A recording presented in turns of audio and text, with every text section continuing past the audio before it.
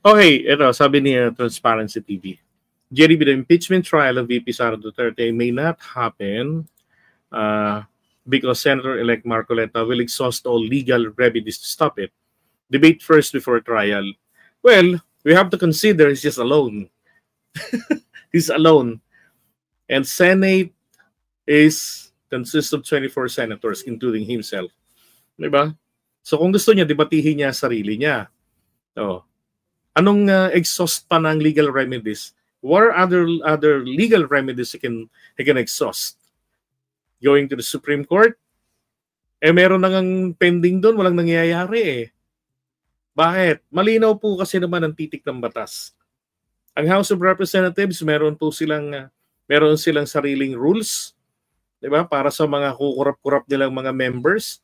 At kung totoo yung sinasabi na kaya sila pumirma dahil binibenta nila yung kanilang prinsipyo.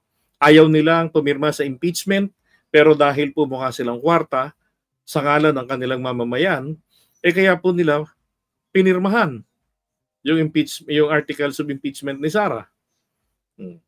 Yan po ay hindi po makakaapekto. Kasi ang kailangan lang naman po doon ay pirma.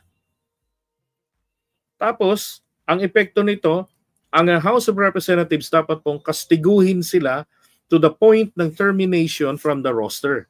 Yun po yung mga posibleng mangyari. But the impeachment will proceed.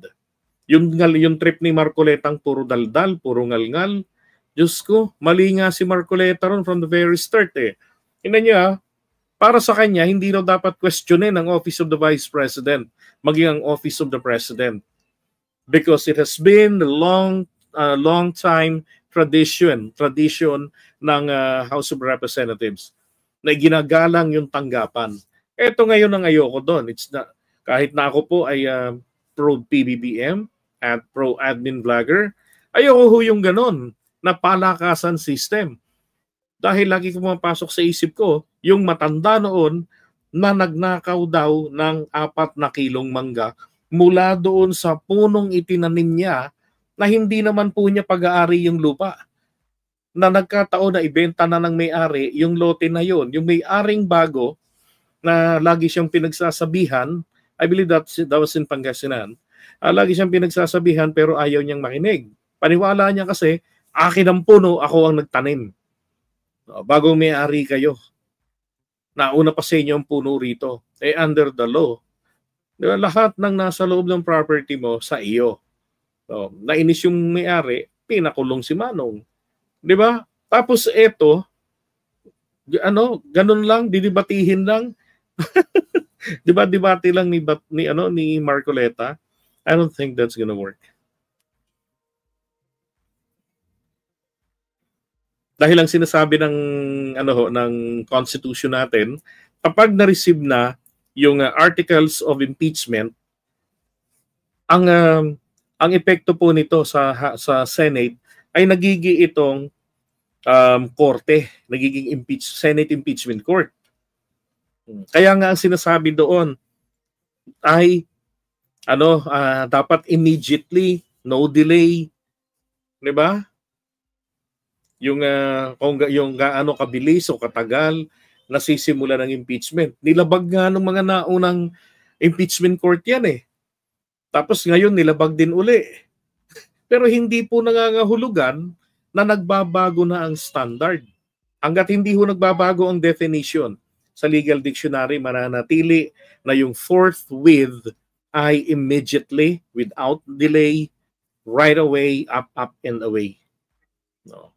So hindi po yan makakapigil na sabihin na may not happen. Because obvious naman na yun ang layunin, bakit po nagsenador etong si Marcoleta. At para masiguro ang panalo, diba, inendorso ng INC. Ganon din, along with other candidates, lahat po sila mga anti-impeachment. So meron talagang ganong effort. Pero dapat ay matuloy pa rin ito. Ang Korte Suprema, kapag interesting para sa kanila, dalawa lang naman ang tinitignan ng Korte Suprema para aksyonan ang isang idinulog sa kanila eh. There's a question of law. Pangalawa, Meron bang tawag dito, controversy na nag-arise? So, kapag ang sagot doon sa dalawa no, wala.